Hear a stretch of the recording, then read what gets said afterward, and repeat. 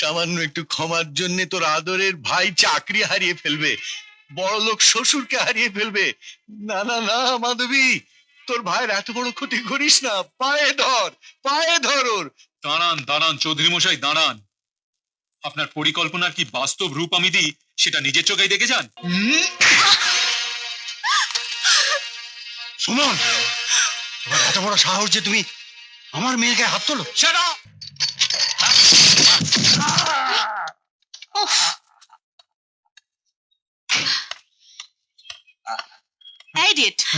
দেখে রিক্সা চালাতে পারো না? আশ্চর্য, তুমি গাড়ি টেনে রিক্সার পর তুলে দিয়েছো, বেচারা পড়ে গিয়ে ব্যথা পেয়েছে।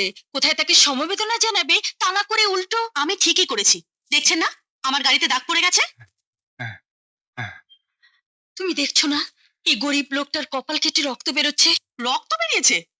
ও তো 2 টাকার ওষুধ লাগালে ঠিক হয়ে যাবে, কিন্তু আমার গাড়িটা ঠিক করতে তো কয়েক হাজার টাকা লাগবে। মানুষের রক্তের চাইতে একটা গাড়ির সামান্য দাগের মূল্য তোমার কাছে বেশি? সামান্য? এই গাড়িটা সামান্য? অবশ্য আপনার মতো সামান্য মানুষ এর মূল্য বুঝতে পারবেন না। ট্রামে, বাসে, রিক্সায় চলাফেরা করা ছোট লোকেদের পক্ষে গাড়ির মূল্য না বোঝাটাই স্বাভাবিক। কি বললে? কি বললে তুমি? ট্রামে, বাসে, রিক্সায় যারা চলাফেরা করে তারা ছোট লোক? হ্যাঁ হ্যাঁ, ছোট লোক।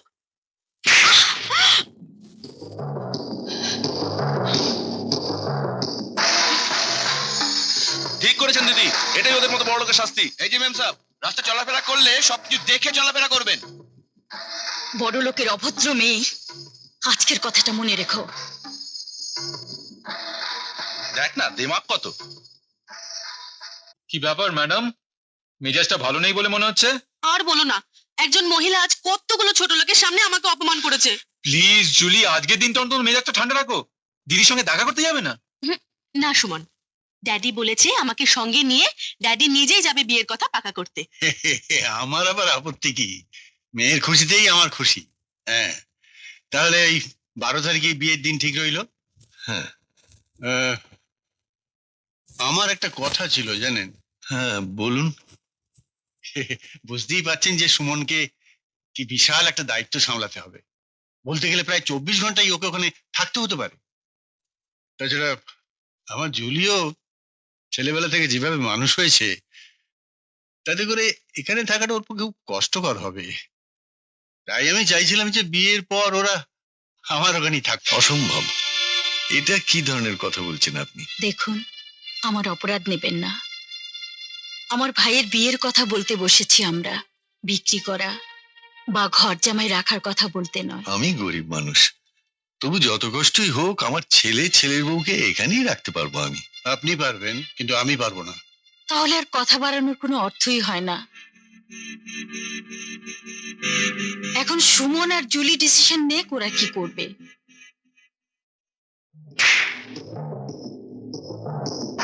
আমি এখানেই থাকতে চাই ড্যাডি। হ্যাঁ, কি বলছিস তুই? হ্যাঁ ড্যাডি, এখানে আমাকে থাকতেই হবে। বিয়ের পর স্বামীর ঘরই মেয়েদের আসল ঘর। আমার ইচ্ছে পূরণ করতে চাইলে, মানে আমার সুখ চাইলে তুমি আর আপত্তি করো না ড্যাডি। ঠিক আছে, তুই যখন চাইছিস তাই হোক।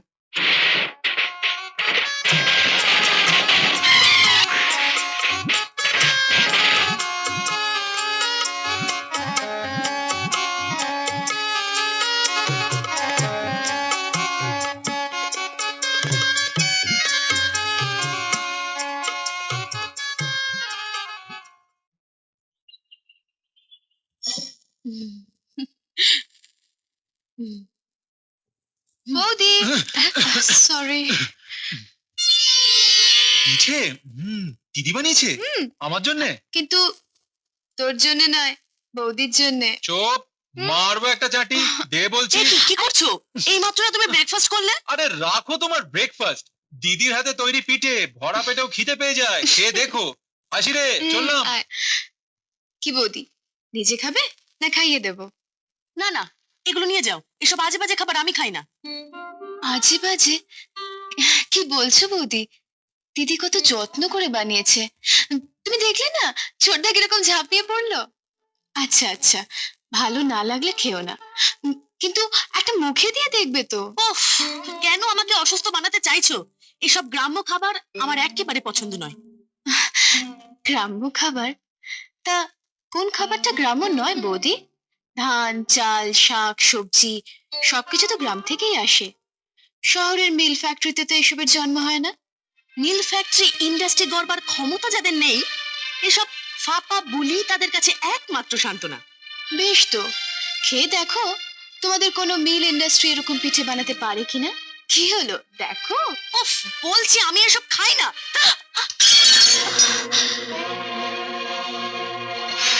কি করলে বৌদি? পিঠেগুলো ফেলে দিলে? তো কি এমন ক্ষতি হয়েছে? আমাদের বাড়িতে এরকম অনেক খাবার ফেলে দেওয়া হয়, আমাদের কুকুরেও খায় না। ছোটদাকে কেন বিয়ে করতে গেলে তুমি? আমার তো মনে হয় ছোটদার চেয়ে তোমার বাড়ির কোনো কুকুর চম্পা, দেখ দেখ দিদি, পিঠেগুলো কেমন ছুঁড়ে ফেলে দিল। বলে কিনা ওদের বাড়ির কুকুরেও খায় না। আহা, মন খারাপ করছিস কেন? সবকিছু কি সবার ভালো লাগে? চল তুই। জুলি, এগুলো তুলে ঘরটা পরিষ্কার করে ফেলো। সুমন ফিরুক আজ। দিদি, দিদি, বাবা, ও বাবা, দিদি, দিদি, দিদি, এ দেখ আমার অ্যাডভান্স মাইনের টাকা। বাবা, বাবা ধরো। এ আমাকে কেন?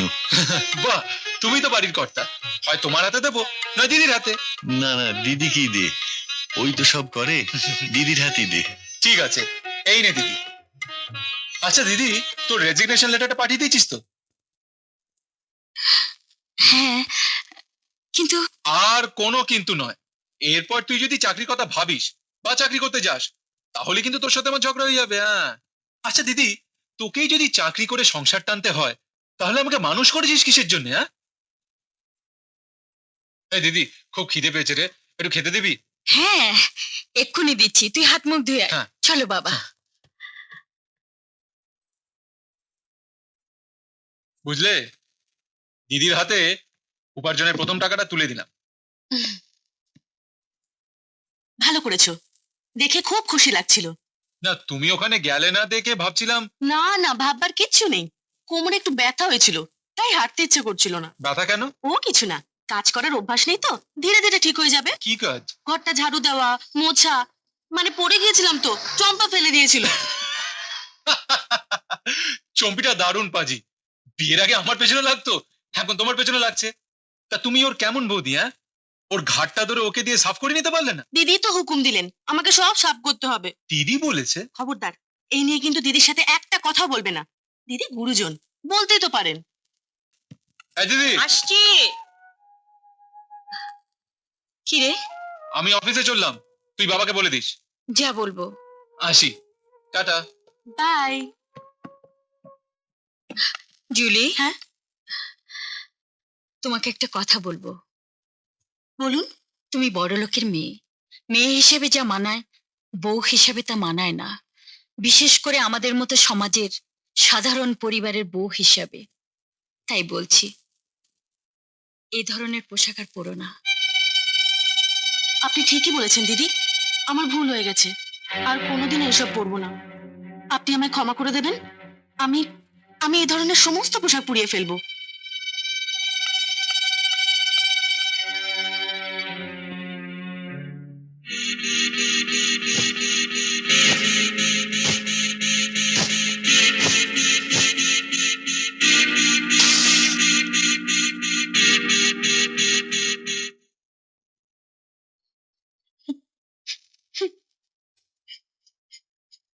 সরি জুলি, আসলে বাবার সঙ্গে ফ্যাক্টরি ইন্সপেকশনে যেতে হয়েছিল তো, তাই দেরি হয়ে গেল।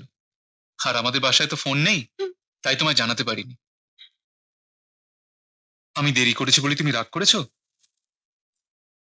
না, তবে আজ তুমি যাবার পর দিদি আমার গায়ের পোশাক দেখে রেগে বললেন, এসব নোংরা জামা কাপড় পরতে তোমার লজ্জা করে না?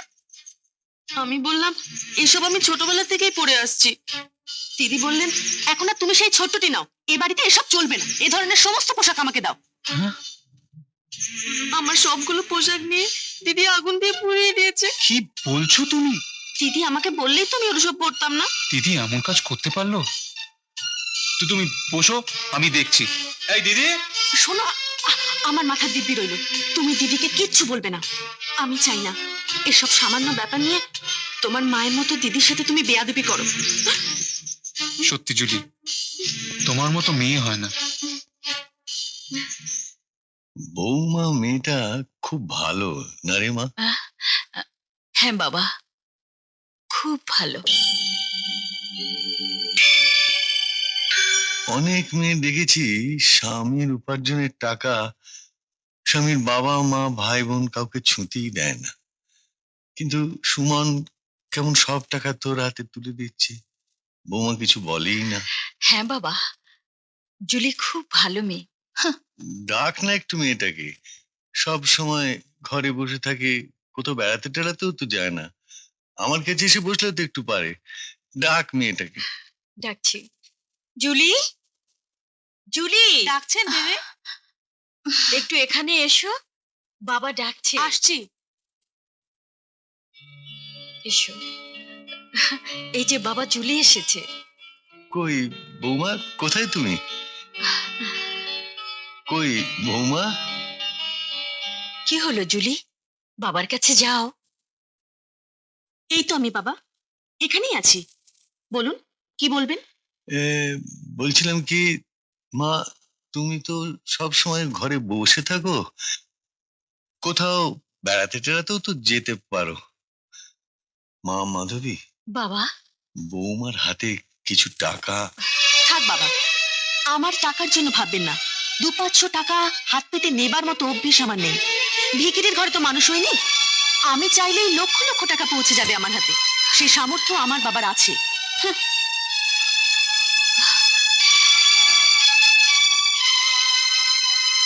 মাধবী, বাবা, তুমি একটু বসো, আমি আসছি।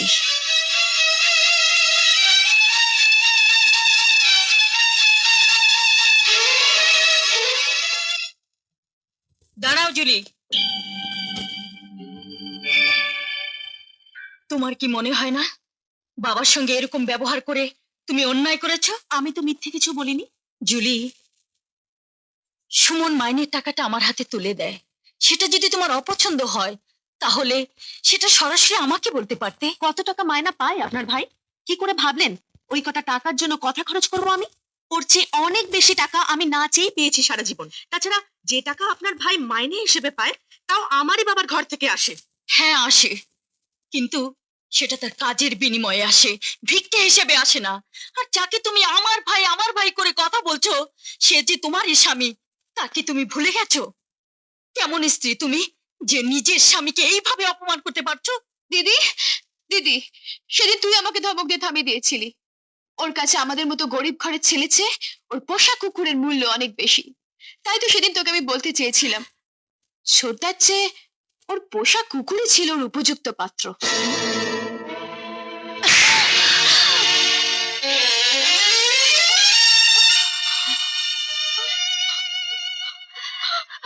জুলি, যে বোনের গায়ে আমরা কেউ কোনোদিন ফুলের টোকাটা পর্যন্ত দেয়নি, তার গায়ে তুমি হাত তুললে।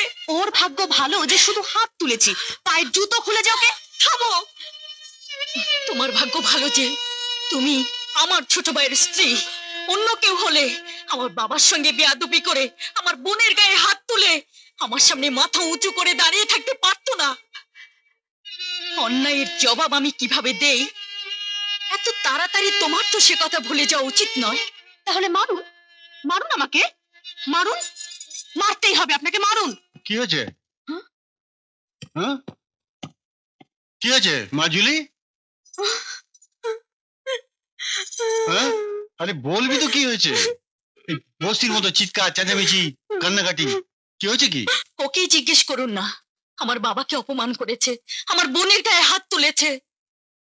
তাতেও যদি ওর শান্তি না হয়ে থাকে, তবে আমার গায়ে হাত তুলুক। কে অপমান করেছে তোমার বাবাকে? আমার মেয়ে? অকারণে? তোমার বোনের গায়ে হাত তুলেছে অকারণে? কিরে জুলি, হ্যাঁ? কিসের অপমান? ওদের কাছ থেকে হাত পেতে টাকা ভিক্ষা না চাইলে ওদের অপমান হয়। ওর বাবার পাশে বসে ঘন্টার পর ঘন্টা হাত পা না টিপলে ওদের অপমান হয়। আর ওই মেয়ে কিনা বলে আমার সাথে একটা কুকুরের বিয়ে হওয়া উচিত ছিল। তোকে তো আমি আগেই বলেছিলাম মা, এই নরকের পরিবেশে এই ছোট লোকদের সঙ্গে তুই থাকতে পারবি না। মুখ সামলে কথা বলবেন। কাকে ছোট লোক বলছেন আপনি? আমাকে? আমার বাবাকে? আমার বাবা আপনাদের মতো অনেক কোটিপতি বড় লোকের চেয়ে অনেক বড় মানুষ। টাকার অহংকারে গরিব মানুষদের যারা ছোট লোক ভাবে তারা আর যাই হোক বড় মানুষ হতে পারে না, বরং তারাই প্রকৃত ছোট লোক। হোয়াট? এত বড় সাহস তোমার? আমার বাবাকে তুমি ছোট লোক বলো? উনি যেভাবে বলেছেন সেভাবে আমি বলিনি। তারপরেও যদি ওনার গায়ে লেগে থাকে তাহলে বুঝতে হবে তোমার ধারণাই ঠিক। শুনলে? শুনলে বাবা? তোর জন্যই তো, তোর জন্যই এই নোংরা বস্তি নোংরা পরিবেশে এসে আমাকে নিজের গায়ে নোংরা মাখতে হবে। আমি বুঝতে পারছি না এই পরিবেশে তুই এতদিন আছিস কি করে। দেখে চ আমার চ, আর এক মুহূর্ত তোকে এখানে আমি থাকতে দেবো না। চ। না না বাবা, আমি যাব না। তুমি এখান থেকে চলে যাও, আর এখানে কোনোদিনও তুমি এসো না। তুমি যাও, যাও। ঠিক আছে। আরে বাবা, আপনি? হ্যাঁ, এসেছিলাম জুলিকে দেখতে, কিন্তু তোমার দিদি আমাকে যেভাবে অপমান করলো, বিশ্বম্ভর চৌধুরীকে ততখানি অপমান করার সাহস কলকাতার শহরে কারোর হবে না। আপনাকে অপমান করেছে দিদি? ও কিছু না, কাজ করার অভ্যাস নেই তো, ধীরে ধীরে ঠিক হয়ে যাবে। আসুন তো। দিদি, ওনার কাছে তোকে ক্ষমা চাইতে হবে। ক্ষমা চা দিদি, ক্ষমা চা দিদি। ক্ষমা চা মাধবী, ক্ষমা চেয়ে নি। বুকের রক্ত ঢেলে যে ভাইকে মানুষ করেছিস, নিজে না খেয়ে যে ভাইকে খাইয়েছিস, নিজে চাকরি করে যাকে পড়িয়েছিস, যার সুখের জন্য নিজের সুখ তুই বিসর্জন দিয়েছিস, নিজের জীবনটা নষ্ট করেছিস, তার ভালোর জন্য এই ক্ষমাটুকু তুই চাইতে পারবি না? সামান্য একটু ক্ষমার জন্য তোর আদরের ভাই চাকরি হারিয়ে ফেলবে, বড়লোক শ্বশুরকে হারিয়ে ফেলবে? না না না মাধবী, তোর ভাইয়ের এত বড় ক্ষতি করিস না। পায়ে ধর, পায়ে ধর, ওর পায়ে ধরে ক্ষমা চা মাধবী, ক্ষমা চা, ক্ষমা চা ওর কাছে, ক্ষমা চা।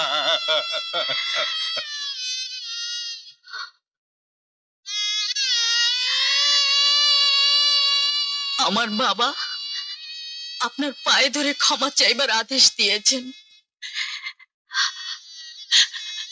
আমাকে আমাকে ক্ষমা করে দেন।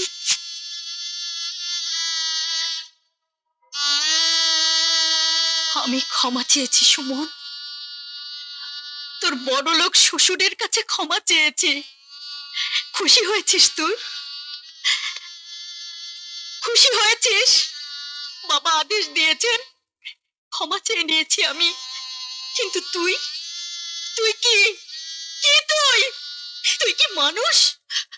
আমার কথা ছেড়ে দে। এই যে অন্ধ অসহায় মানুষটা চিৎকার করে মাথা ফুটে ফুটে পড়ে আছে, ও কে তোর? তুই কি ওই মানুষটার সন্তান? বউয়ের গোলাম তুই, বউয়ের গোলাম।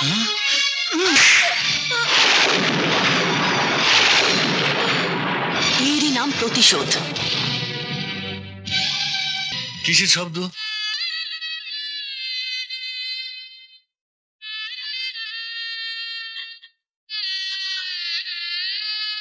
কিসের শব্দ হলো? কিছু না বাবা, আমি সুমনকে থাপ্পড় দিয়েছি। না না না, না রে না। বড় বোন ছোট ভাইকে শাসন করলে আমার বুকের ভেতরটা এমন করে লাগতো না। আমি বুঝতে পেরে গেছি মাধবী, তুই পুরস্কার পেয়েছিস, তাই না? পুরস্কার, নিজের রক্ত জল করার পুরস্কার, নিজের সুখ বিসর্জন দেবার পুরস্কার, নিজের জীবন নষ্ট করার পুরস্কার। বাবা, বাবা,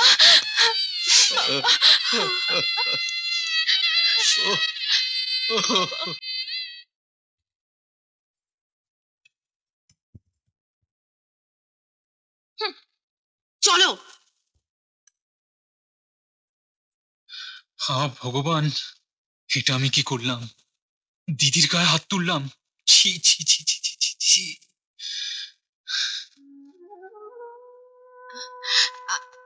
আস্তে দেখি বাবা।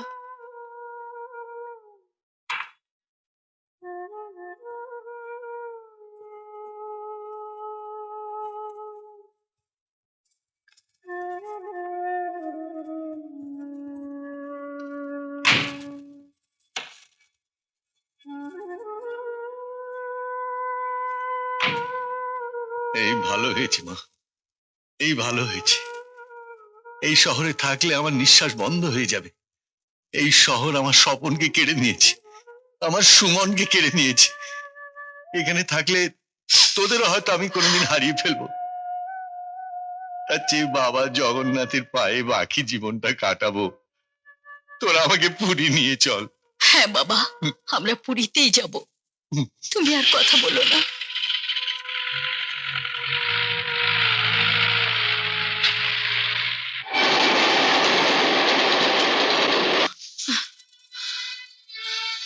কি হলো?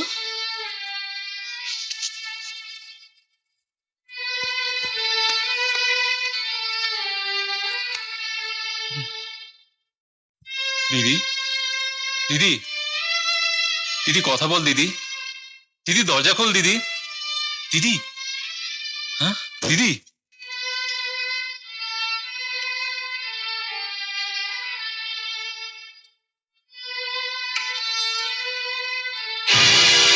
হ্যাঁ? দিদি, চম্পা, হ্যাঁ?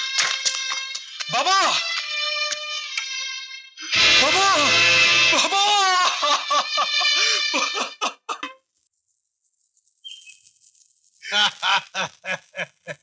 একেই বলে পাকা মাথার বুদ্ধি। হ্যাঁ, তবে মানতেই হবে তুই আমার উপযুক্ত মেয়ে। হ্যাঁ, কাজটা খুব নিখুঁত ভাবে সমাধা করেছিস। যাক, আসল কথা হলো আপদ বিদেয় হয়েছে আর তোর প্রতিশোধ নেওয়া হয়েছে। হ্যাঁ, প্রকাশ্য রাস্তায় একটা রিকশাওয়ালার জন্য আমাকে থাপ্পড় দিয়েছিল। আমিও তার উপযুক্ত জবাব দিয়েছি, নিজের ভাইয়ের হাতে থাপ্পড় খাইয়ে। Good good.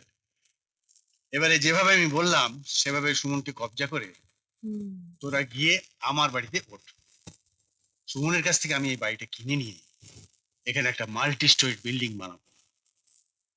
এর কোনো চিহ্নই আমি রাখবো না। চলি রে। দাঁড়ান দাঁড়ান চৌধুরী মশাই, দাঁড়ান।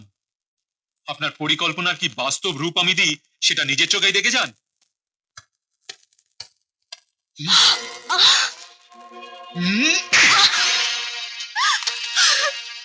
সুমন, তোমার এত বড় সাহস যে তুমি আমার মেয়েকে হাত তোলো? সেটা আর একটা কথা আপনি উচ্চারণ করবেন না। আপনি আর আপনার ডাইনি মেয়ের জন্য আমি আমার বাবা, দিদি আর আদরের বোনকে হারিয়েছি। তার জবাবে তো একটা চড় তুচ্ছ। ও যদি আমার কাছে থাকে ও শরীরের প্রতিটি রোমকূপ থেকে আমি জবাব নেব। ইয়েস, তাই আপনার মেয়ের মঙ্গল যদি আপনি চান, নিয়ে যান ওকে এখান থেকে, চিরদিনের জন্য নিয়ে যান। না না সুমন, না, আমি আমি তোমাকে ভালোবাসি সুমন।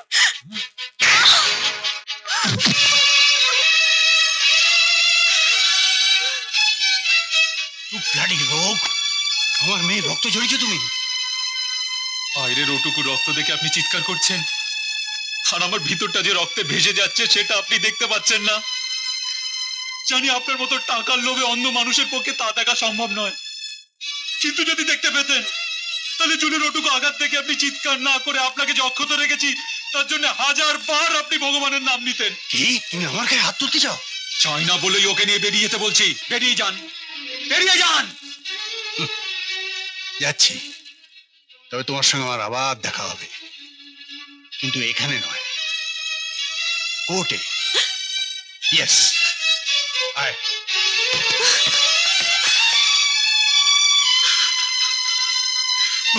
এমন আরো অনেক ভিডিও দেখতে এই চ্যানেলটি সাবস্ক্রাইব করে নিন এবং পাশের বেল আইকনটি প্রেস করে দিন।